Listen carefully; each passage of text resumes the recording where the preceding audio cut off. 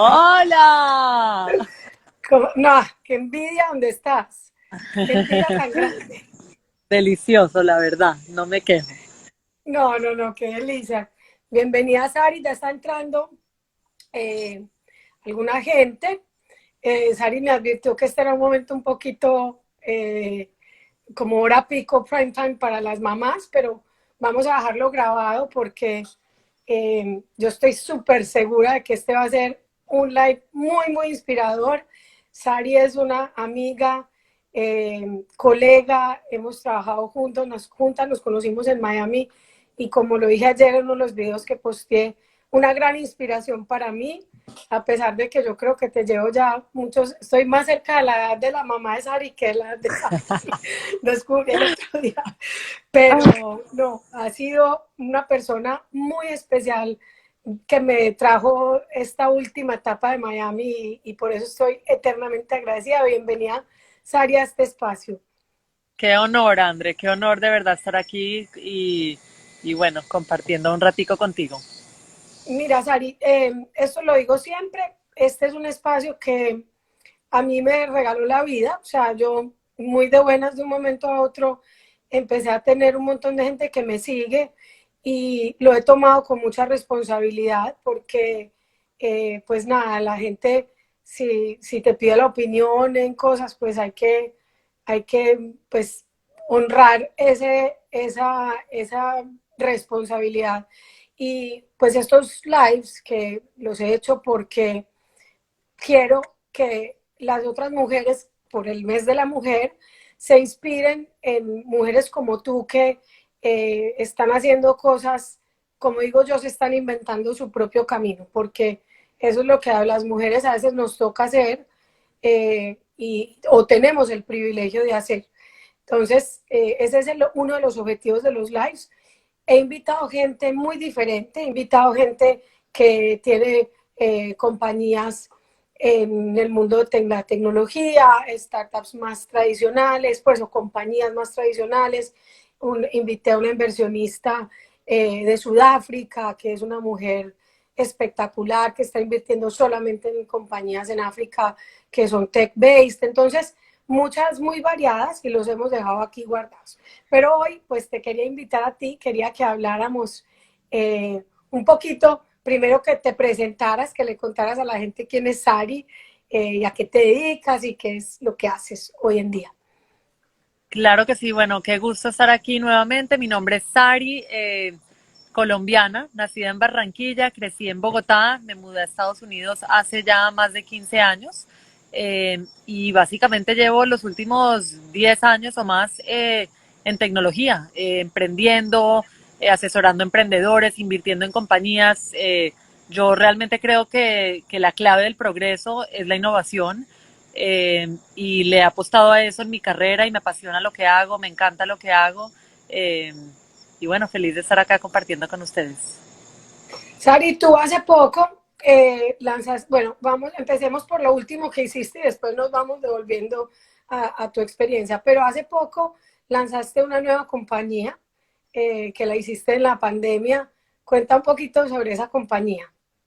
Sí, o sea, realmente yo creo que yo he tenido mucha suerte en mi carrera en el sentido de que mi trabajo ha sido anticipar el futuro. O sea, a mí me han pagado por pensar en el futuro, en cómo utilizar la tecnología para democratizar el acceso, para mejorar la calidad de vida de las personas, para realmente imaginarnos un mundo mejor. Y digamos que ese trabajo me ha llevado a leer muchas cosas, digamos que a unos conocimientos muy interesantes y yo he sentido que ese conocimiento realmente es poder y es algo que no mucha gente tiene acceso a eso. Hoy en día, pues, se dice que vivimos en lo que llamamos el information age, pero irónicamente pienso yo que la buena información nunca ha sido más difícil de conseguir. Entonces, este es un proyecto que nace, digamos, de un deseo de curar información, en particular información eh, relevante a la tecnología y a aquellas personas que quieren emprender,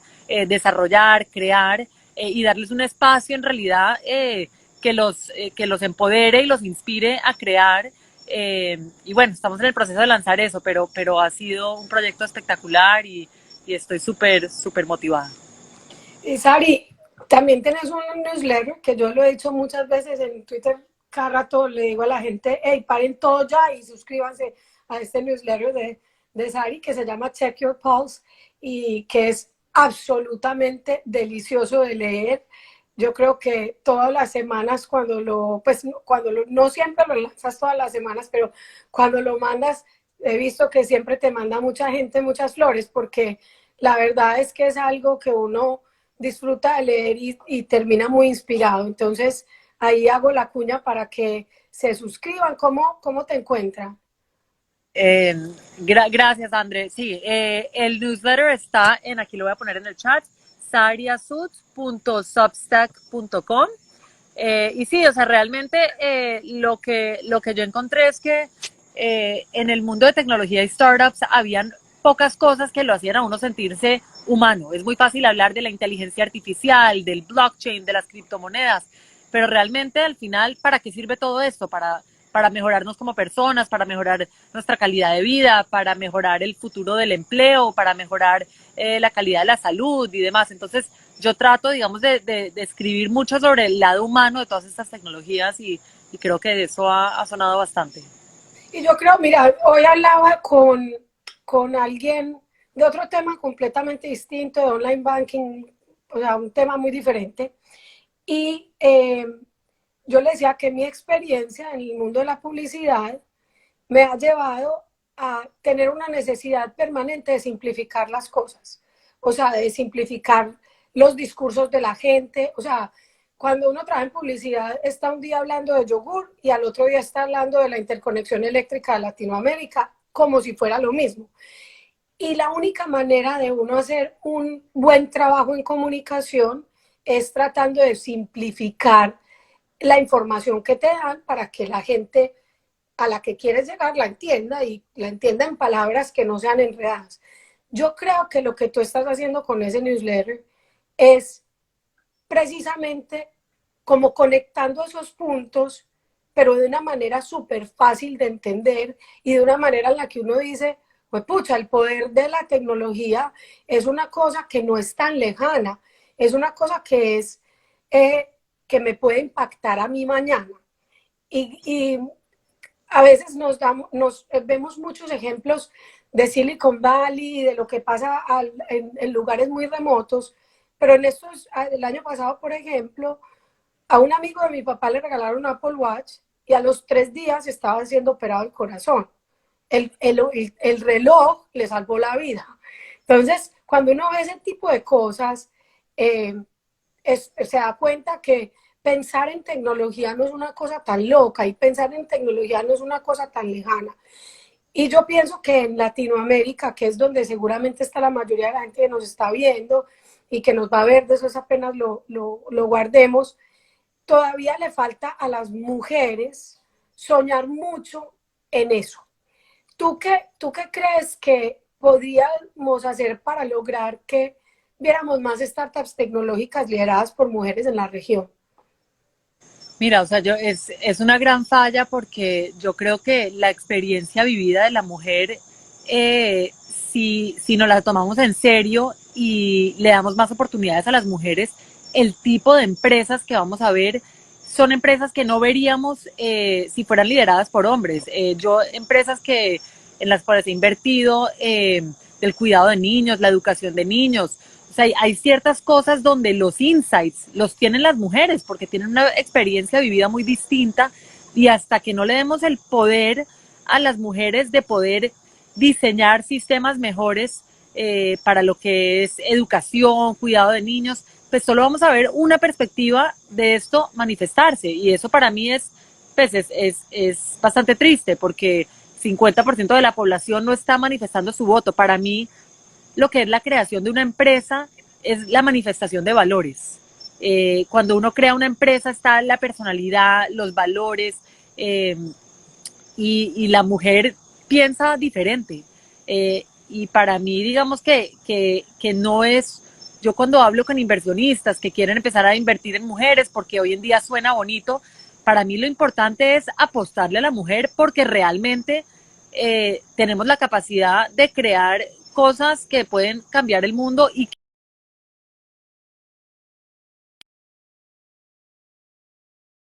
la mujer son muy distintas. Entonces, para mí creo que una de las fallas ha sido eh, este énfasis de invertir en diversidad para poder decir que uno invierte en diversidad y no porque realmente uno cree que es algo que tiene una posibilidad de retornos económicos importantes y significativos. Para mí es un tema, o sea, que si uno lo mira desde un ángulo económico, hay mucho por hacerse y eso que queda por hacerse, la mujer es como la más, digamos que capaz y apta para hacer eso.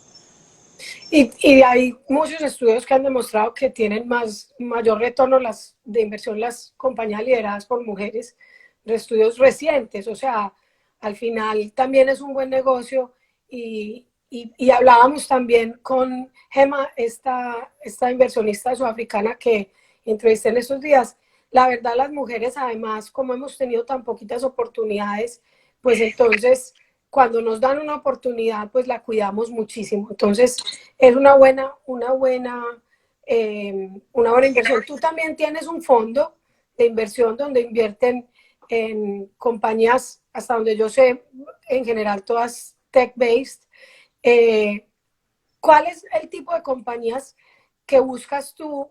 O cómo, que esta es una pregunta que me hacen a mí montones. ¿Qué tipo de emprendedor o qué es lo que buscas para invertir en una compañía? Sí, o sea, lo que yo busco principalmente es una obsesión con un problema. Yo creo que es muy fácil obsesionarse con un producto o una tecnología, pero a mí me interesa el emprendedor que esté obsesionado con un problema. Cómo brindarle salud más barato a millones de personas.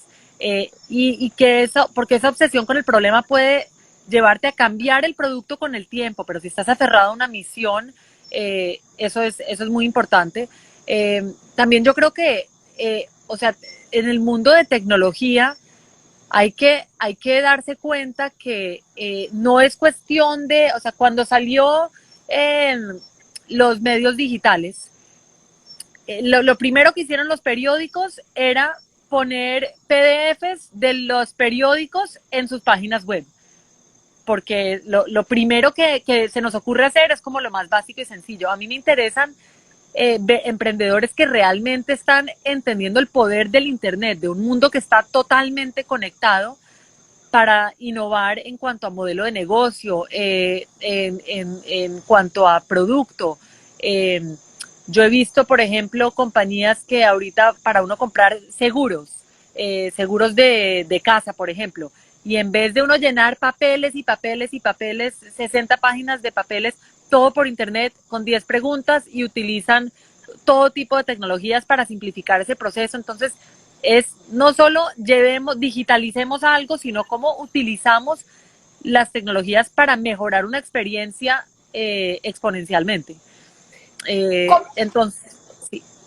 cómo hacen, además de leer tu newsletter y de informarse y etcétera, cómo hacen las emprendedoras en Latinoamérica para perderle el miedo a la tecnología, Sari? Porque mira, se puede. Hoy hablé con una emprendedora en Perú que montó una compañía tech-based. Ella no es ingeniera, ni su co-founder es ingeniera. Las dos son dos personas que tienen una obsesión por resolver un problema y les está yendo, pero súper bien. Pero de alguna manera ellas le perdieron el miedo a la tecnología. Es como mal normal que un ingeniero diga, listo, yo voy y monto esta compañía, pero no se necesita ser ingeniero para poder hacerlo. ¿Cómo le pueden perder empezar? Hoy en día, Silicon Valley existe en el cloud. O sea, todo el mundo tiene acceso a las tecnologías para poder aprender.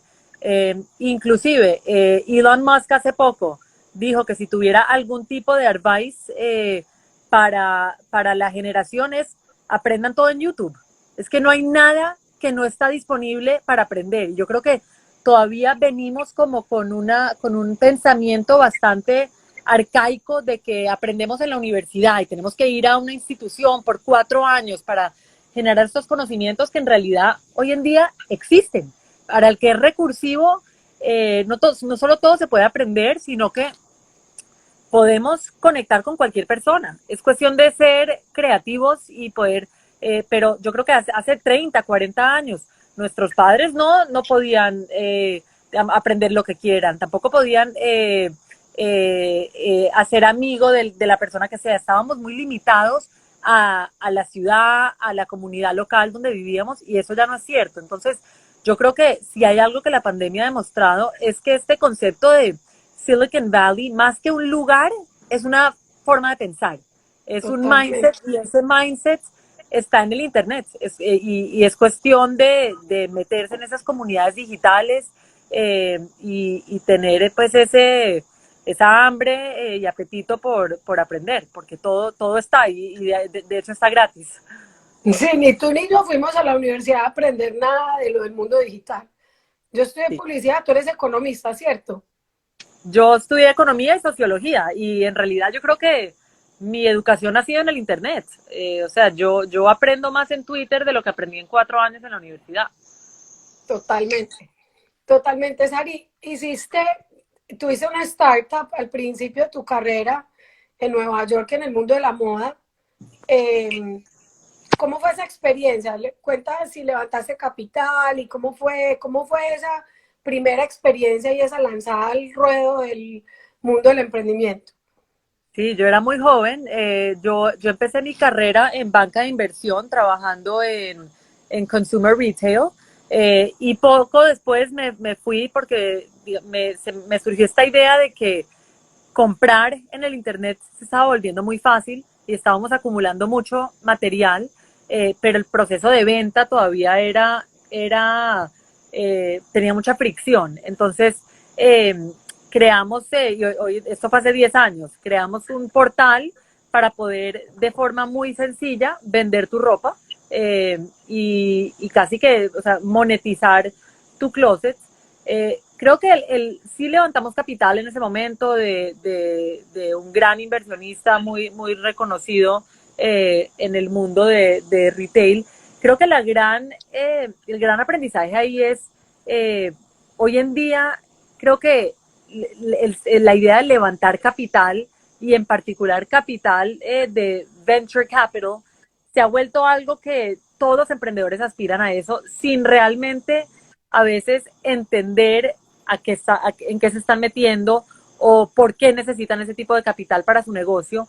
Y yo creo que es muy importante saber qué negocio estás creando. Entonces, por ejemplo, lo que es un marketplace digital es un modelo de negocio que funciona muy bien cuando tiene mucha escala. De nada te sirve un marketplace donde alguien va a vender su ropa si hay 10 personas comprando ahí. Eso sirve cuando hay mucha liquidez en el mercado y hay millones de personas. Así que aunque tú estés innovando en la experiencia de usuario, sigue siendo mucho mejor eBay y Mercado Libre porque tienen la escala. Entonces, para un tipo de negocio como marketplace requiere mucho capital. Y ese es un negocio muy específico, porque es un marketplace, y yo creo que yo no tenía como el conocimiento en ese momento de saber que me estaba metiendo a un espacio donde los competidores estaban levantando millones y millones, porque eso es lo que se vuelve un juego de escala. Pero Claro. eso es un porcentaje muy mínimo de los negocios. Hay muchos negocios que, en mi opinión, es mejor que no levanten una ronda pequeña, y se vuelvan sostenibles rápidamente. Entonces yo creo que hoy en día este concepto de burn rates, de quemar capital, o sea, en vez de generalizar, hay que mirarlo porque cada negocio es diferente y tiene sus idiosincrasias. Y yo creo que eso en Latinoamérica lo hemos visto últimamente. Las valoraciones en Latinoamérica están súper infladas, muchas, y están infladas porque empezaron con esas expectativas de tener un camino muy largo de diferentes rondas de inversión. Entonces empezaron desde tener muy poquitos resultados con unas valoraciones muy altas, se han demorado mucho en llegar a poder alcanzar tener una valoración que valga la pena para sus inversionistas, y se ponen en una soga al cuello porque en realidad con una valoración menor no tendrían ese afán y podrían crecer. Es un difícil tema Pero no es ni lo uno ni lo otro, porque en Shark Tank, por ejemplo, van muchas compañías que no son la típica compañía high growth que va a conseguir, pues que va a requerir muchas rondas de inversión y van con unas valoraciones muy altas y en ese momento el, el, los Sharks quedan muy maniatados porque cómo van a invertir a una valoración tan alta. Entonces, o muchas veces pasa al revés, que van con una idea que va a requerir muchísimo capital y el emprendedor no ha entendido cómo es ese juego, que también es otra cosa que yo he visto, Sari, impresionante, en el curso de 500, el de Stanford, que tú me recomendaste me aceptaron por tu recomendación. En ese curso tuvimos la oportunidad de ver algunos emprendedores de Stanford, que es gente súper joven y súper chiquita, pero te presentan unas de una manera y con una, como con, como sabiendo también lo que vinieron a hacer, que a mí me da mucho pesar que eso no exista en Latinoamérica, que en Latinoamérica todavía falte un poco ese conocimiento. Entonces creo que es como un balance entre conocer las reglas del juego, pero también entender que no, esas reglas no aplican a todos los negocios. Y Sí, eso me conocer parece. tu negocio en particular y es muy cierto lo que dices que a veces los emprendedores tratan de optimizar la valoración y no se dan cuenta que si levantan a una valoración hay una expectativa de que en 12 meses, cuando ya tengan números, puedan probar esa valoración y ahí es donde se vuelve mucho más difícil seguir levantando capital. Entonces, sí, creo que que ahí también hay un tema de educación muy importante porque los emprendedores a veces no saben en qué se están metiendo. ¿Qué crees con tu conocimiento de Latinoamérica por ser latinoamericano? Yo sé que no inviertes mucho en la región, pero te concentras más acá en Estados Unidos.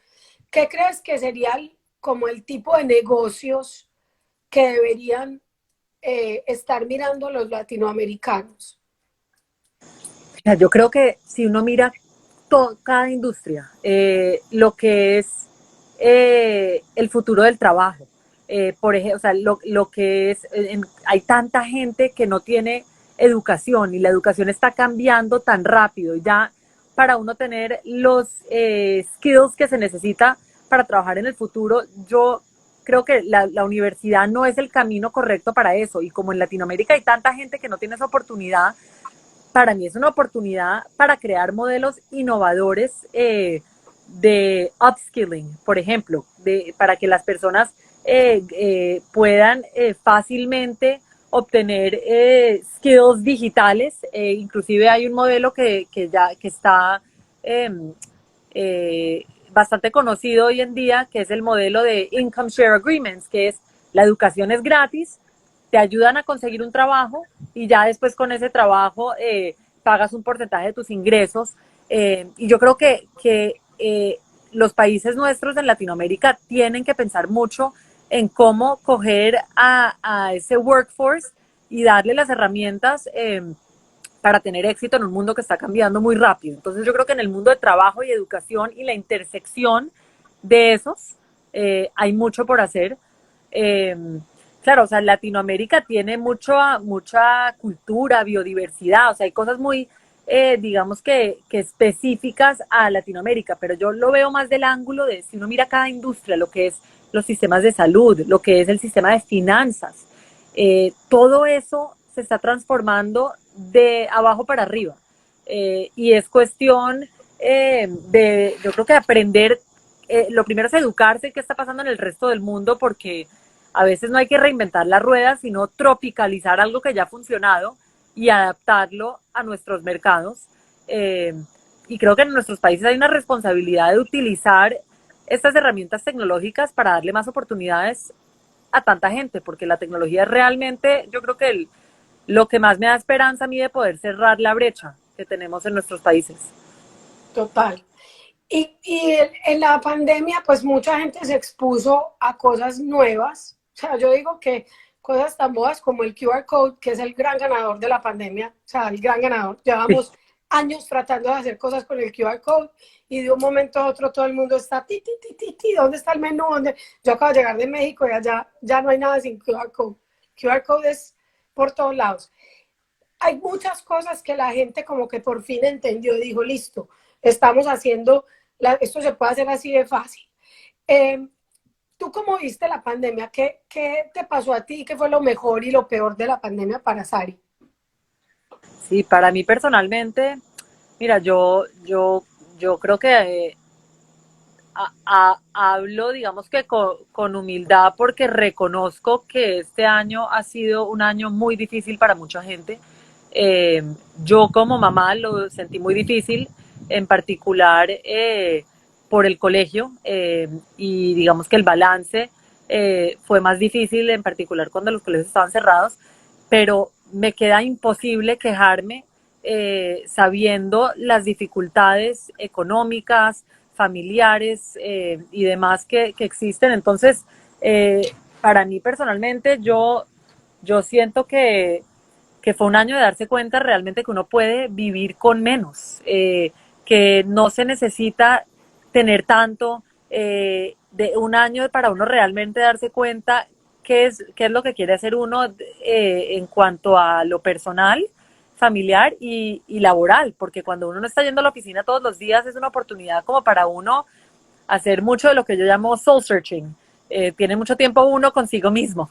Y creo que vivimos en general vidas muy reactivas. Que el cumpleaños de fulanito, que esto, que tenemos que correr a la oficina, a esta reunión, a la otra, y yo creo que a todos nos hace bien tener un poco de pausa y en vez de hacerlo urgente, que es lo que yo creo que yo personalmente he vivido mi vida mucho haciendo lo urgente y menos lo importante, este año fue un año de reenfocarme en lo importante. Y en este momento estás haciendo una cosa maravillosa, cuenta. No, bueno, siempre he sido amante de Bill Gates y lo que él llama un Think Week, que precisamente es el mismo concepto, o sea, tendemos a ser muy reactivos y poca gente se toma una pausa para pensar y ser más reflectivos. Entonces, yo que tengo pues un ritmo de vida con dos hijos chiquitos y uno en camino, me decidí venir sola a Costa Rica unos días a pensar y avanzar en unos proyectos personales y profesionales que tengo, así que bueno, esto ha sido realmente un privilegio poder hacer esto y lo súper recomiendo. Espectacular, Sari. Yo he pensado mucho este año que si lo tuviera que definir en una frase, lo que yo quisiera lograr este año sería pensar más y hacer menos, porque nos mantenemos haciendo un montón de cosas, llenando checklists, cumpliendo con esto. Incluso yo creo que de la pandemia pues lo más increíble de todo es que uno, pues que hemos podido elegir a quién ver, a pesar de que ha habido gente que no hemos podido ver y ha sido muy duro, pues nosotros no hemos podido viajar mucho y tenemos familia regada por todos lados, eh, pero, pero sí me parece que es importante como herencia de la pandemia, es un poquito elegir mejor en qué dedicamos nuestro tiempo. Pero yo siempre he pensado, Sari, que tú eres una persona muy eficiente. O sea, a mí me impresiona como todo lo que alcanzas a hacer y cuando trabajábamos en oficina física, pues ibas a la oficina y te metías en el cosito y conversamos un momentico y era como muy eficiente, muy, sí, sacándole como un provecho a cada minuto porque tienes dos hijos, uno en camino, como ya dijiste. Eh, pero, ¿cuáles son? Y a la gente le gusta mucho saber los hábitos de la gente más efectiva. Entonces, ¿cuáles son esos hábitos que tú tienes que crees que te han servido? Sí, mira, yo te diría dos cosas. Lo primero, una vez no sé de dónde leí una fórmula que era creatividad por organizaciones impacto. Si tú eres una persona con creatividad en 100, pero organización en cero, el impacto es cero. Eh, Mientras que si tienes la creatividad en 50 y la organización en 2, tu impacto es 100. Entonces, la importancia de la organización.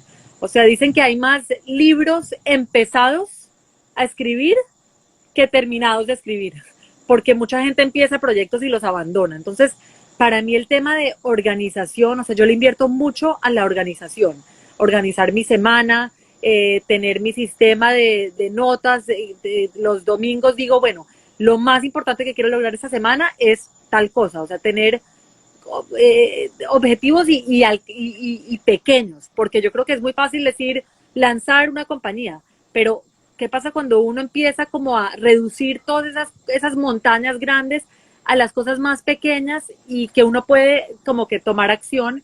Eso para mí el tema de organización ha sido muy importante. Y lo otro que para mí ha sido fundamental es decir que no. O sea, yo creo que uno cuando está empezando su carrera, parte de lo que a uno le dicen que hacer es di que sí, porque claro, uno tiene que, mientras se encuentra uno mismo, decirle que sea oportunidades, invitar como un poquito de eso, lo que llamo serendipity, para ver a dónde te lleva una cosa o la otra. Pero ya cuando uno empieza ya a darse cuenta cuál es el camino de uno, la clave se vuelve a decir que no. Y saber que cuando uno le dice que no a algo es un sí a otra cosa. Porque para mí o sea, lo más difícil es el enfoque.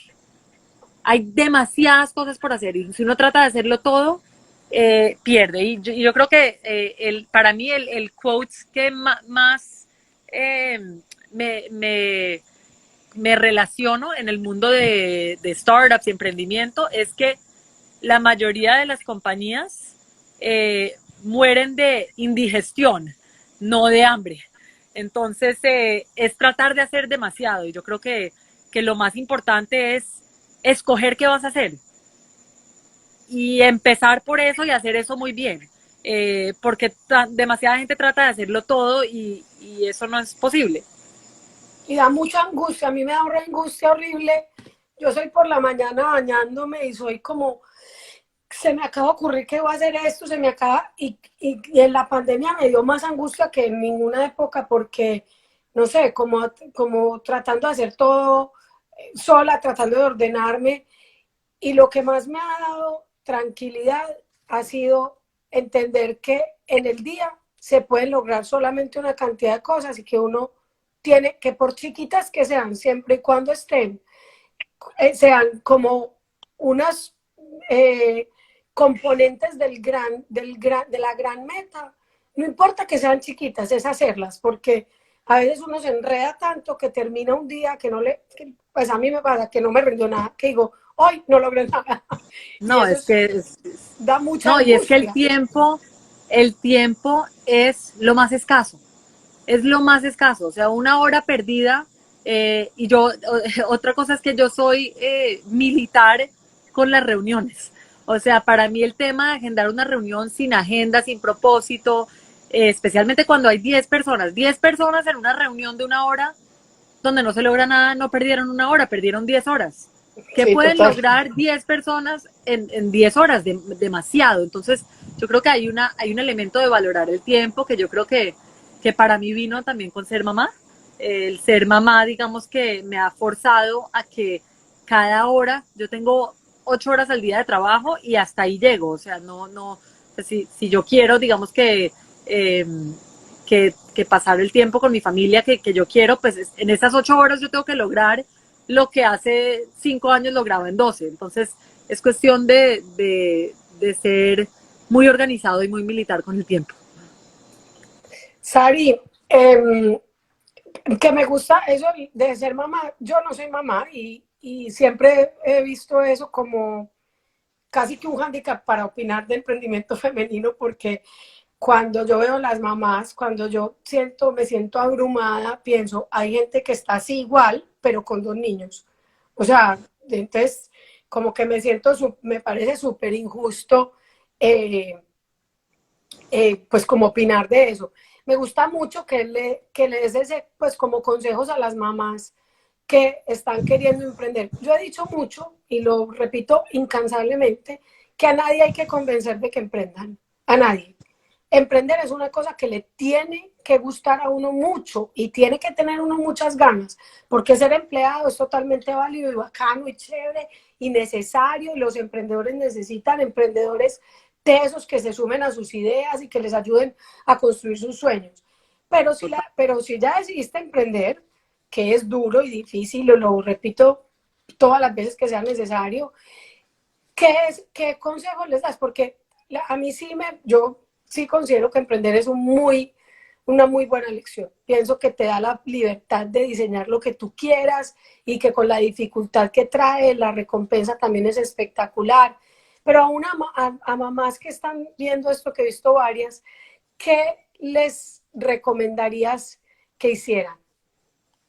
Sí, mira, yo primero me parece súper válido lo que dices, o sea, yo también creo que vivimos en una sociedad que glorifica el emprendimiento y si bien yo pues me he dedicado mi vida y mi carrera a inspirar a personas a emprender, yo creo que es igualmente valioso ser una persona dedicada a su trabajo y ser empleado, así que es algo que le tiene que nacer a uno y es un compromiso a largo plazo, porque eso que uno lee de millonario a los 20 y pico años es la historia que sale en el periódico, pero no es así de fácil, como dicen, 10 years of endless trying makes you an overnight success.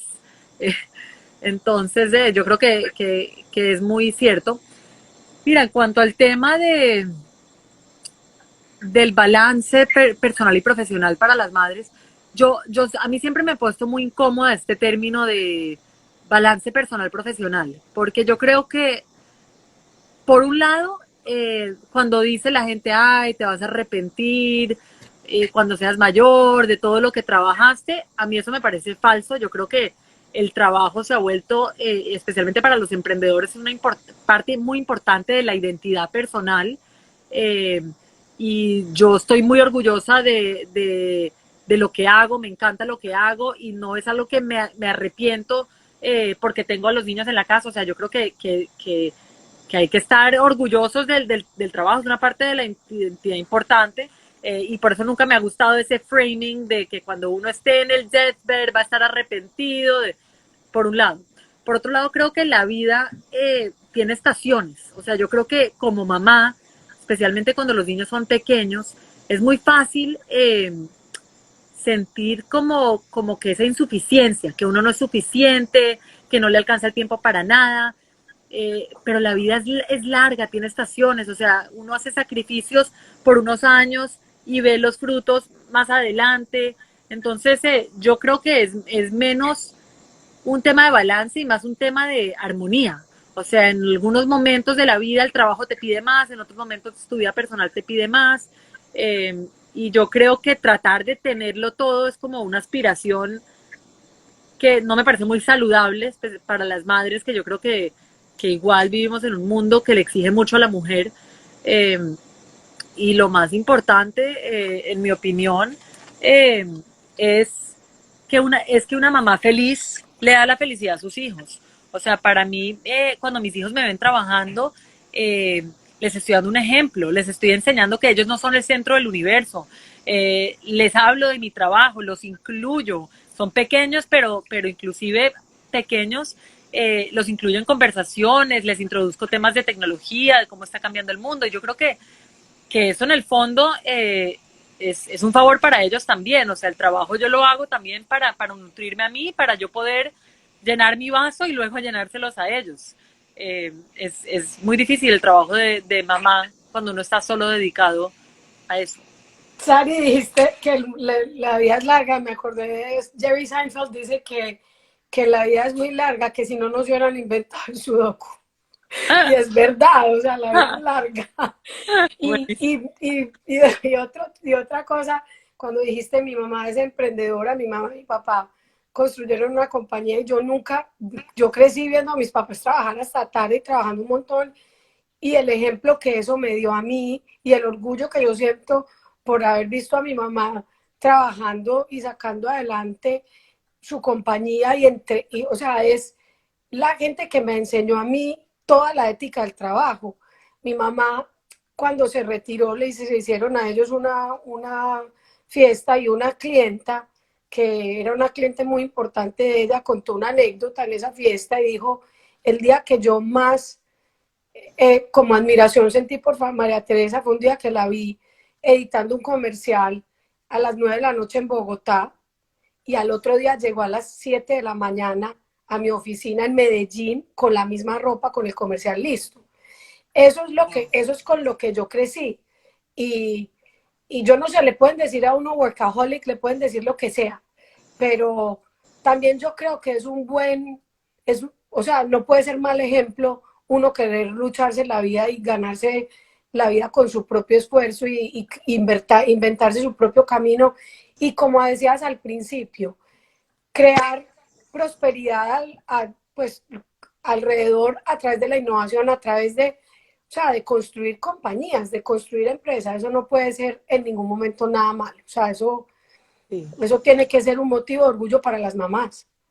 Sí, totalmente. Y por eso yo creo que cuando uno está emprendiendo siempre hay un tema como de mayor que uno. O sea, es una misión, este deseo de, de, de manifestar una visión y hacerla una realidad. Y eso es un tremendo ejemplo para los hijos, o sea, enseñarles a perseguir sus sueños. A mí algo que yo agradezco mucho de mi infancia es que a mí nadie nunca me dijo que no emprendiera. O sea, yo crecí como en un hogar donde emprender era algo que se celebraba. Eh, y se celebraba porque se veía como, o sea, como el potencial de cambiar el mundo y que, o sea, el potencial que tiene la herramienta que es un negocio de ejercer cambio. Y es algo que yo quisiera poder pasarle a mis hijos. Y por ahí, no sé quién es la frase que tanto hemos oído últimamente que dice que la mejor forma de crear, de tener el futuro que queremos es creándolo. Y eso es lo que hacemos los emprendedores. Sari, ¿has tenido mentores en tu camino? Sí, mira, hay una cosa interesante que yo hice el año pasado y es que mucha gente habla de lo que se llama un support network, un support system. Yo lo que hice el año pasado es, le escribí a personas que yo no conocía, pero admiraba. Y les dije que me gustaría que ellos sean mi challenge network. En vez de support network, o sea, como retarme, o sea, yo poder compartir cada 2 o 3 meses qué son las cosas en las que estoy trabajando, en qué estoy varada, cómo estoy pensando y que me reten. Porque yo creo que es muy fácil uno decir, bueno, o sea, uno tiene amigos que si uno tiene un mal día, llega donde un amigo y le habla, pero eh, para mí esto del Challenge Network, que fue una idea que saqué en un podcast de Tim Ferriss, me ha parecido fantástico y lo que más me ha sorprendido es, eh, yo soy amante del Internet en general porque me ha permitido llegar a gente que yo nunca hubiera podido llegar a esas personas. Y no llego porque es un conocido de un conocido, sino porque les escribí por Internet y porque Y te poco a contesto. poco me contestan y creo que lo de contestarme es una función eh, de poder, o sea, si hay una cosa que yo recomiendo a las personas que quieran emprender es poder compartir sus ideas en Internet.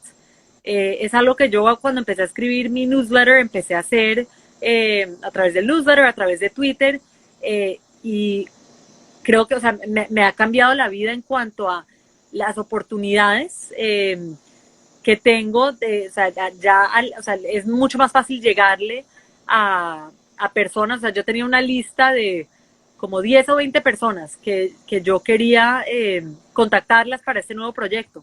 Y lo más interesante es que la mayoría de esas personas han llegado a mí porque yo he difundido ideas que naturalmente les suenan a ellos. Entonces el poder del Internet como herramienta para difundir ideas es algo que es realmente transformador y creo que estamos en el comienzo de eso y es algo que yo les recomiendo a cualquier persona que tenga ideas y proyectos y la belleza del Internet es que hay miles y miles de microcomunidades y es cuestión de encontrar como esos pequeños lugares donde está la gente que le interesa lo mismo que a uno. Sari, y conociéndote, me imagino que tu proceso para armar como esa comunicación y esa comunicación cada 3 meses o cada el tiempo que vaya a ser que vayas a como reach out a esa comunidad que armaste, eh, me imagino que lo haces de una forma como muy estructurada, muy juiciosa. cuenta un poquito de eso, porque yo creo que cuando uno sale al mundo a hacer, o sea, el Internet es así, pero también es igual de ingrato, o sea, si tú no lo tratas bien, tampoco te devuelve nada bueno. Y te digo, a mí me llegan muchos mensajes, que algunos los puedo mirar, hay algunos que no puedo, pero soy honesta, cuando a mí me escriben un mensaje y me dicen, tengo una idea que va a cambiar el mundo, dame media hora, yo digo, esta persona no entendió nada, porque ¿qué te hace pensar que yo tengo media hora para todo el mundo? Ni si, así quisiera, no podría, y no es de mala persona, sino que es súper inefectivo escribir así. Por otro lado, cuando me escriben y me dicen, tengo una idea en tal industria que sé que a ti te interesa y quisiera presentarte mi deck, yo ahí mismo les doy mi mail, porque ahí yo digo, claro, la persona entendió quién era yo, entendió yo en qué estoy invirtiendo y entendió cómo era que me tenía que llegar. Y me da mucha Totalmente. tristeza. Sí, es súper cierto. O sea, mira, lo que yo dije antes, o sea, las personas que están muy ocupadas y que les llegan muchos correos, o sea, casi que le tienen que decir que no a la mayoría de las cosas. Entonces, ¿cómo asegurarte un sí? En mi opinión, primero, digamos que difundir ideas y crear como tener seguidores y empezar a darte a conocer por tus ideas es una manera de hacerlo. Eh, pero como dices tú, o sea, escribirle a alguien, a pedirle tiempo sin revelar el insight que tienes, no es una forma eficiente y creo como dices tú, o sea, la herramienta está, pero hay que saber utilizarla. A mí, o sea, una cosa que yo me doy cuenta con el Internet es, antes la gente tenía un network, eran las personas que uno conocía y si estaba el fulanito conectado con fulanito, pues le podía ir bien. Hoy en día yo no creo que la gente está constrained o limitada por el network, porque hoy en día the world is your network, sino por el valor que tú le puedes ofrecer a ese network. Entonces, mientras que antes el mundo era por conexiones locales y quién conocía y eso digamos que le daba mucha preferencia pues, a las personas más favorecidas. Yo creo que hoy en día todo el mundo tiene la oportunidad, pero hay que pensar mucho en qué le estoy ofreciendo yo a esta persona. Y como dices tú, una persona que te escribe diciendo voy a cambiar el mundo, dame media hora, no es como la manera más eficiente de convencerte de que le des ese tiempo. Entonces hay que aprender a utilizar la herramienta. Sí, totalmente. Sari, ya estamos llegando casi al final del live. Eh, pues agradecerte muchísimo porque sé que eres una persona que cuida su tiempo. De hecho, hoy me lo dijo Juan, que hablé con él, le dije, no, es que voy a tener un live con Sari, y me dijo, qué honor, ella como cuida su tiempo. Y yo sí, estoy muy honrada de que, Imagínate. de que me hayas regalado este tiempo porque sé que para las personas que nos han oído hoy, los que nos van a seguir escuchando, porque queda ahí guardado, seguramente va a ser muy inspirador. Me gustaría cerrar con que nos des una recomendación, bueno, a todo el mundo, voy a volver a poner los comentarios, eh, que se, que se registren, suscriban para tu newsletter. Ahí está una amiga diciendo que dice que el tiempo siempre estira y el tiempo sí siempre estira. Algún día leí un artículo que decía que cuando que uno sabe que el tiempo alcanza para todo, cuando se le daña una tubería en la casa, que se desarma todo y al final uno termina de todas formas logrando lo que necesita. Pero no, el tiempo es muy valioso y yo te agradezco infinitamente que me hayas dedicado esta hora de tu tiempo y sobre todo de tu semana de pensar y dedicarte a ti. Siempre es tan rico conversar contigo, pues esperando que nos podamos ver pronto, que ha sido muy duro pues todo un año casi sin vernos, o sin el casi un año sin vernos. Y pues quisiera cerrar con algunas recomendaciones de a quién quieres que debemos seguir y unos consejos finales pues como para cerrar e inspirar a la gente. Sí, mire, yo me metí como en el mundo de lo que llamamos the passion economy, the creator economy, y como digamos que el tema del trabajo está cambiando y esta idea de estar en una oficina, no, digamos que está evolucionando porque ahorita queremos monetizar nuestras pasiones. Todos tenemos, digamos que una personalidad, algo único a nosotros y me ha encantado una persona que se llama Lee Jin, que tiene un podcast que se llama Means of Creation, que para mí realmente ha cambiado mucho eh, cómo percibo yo el futuro del trabajo.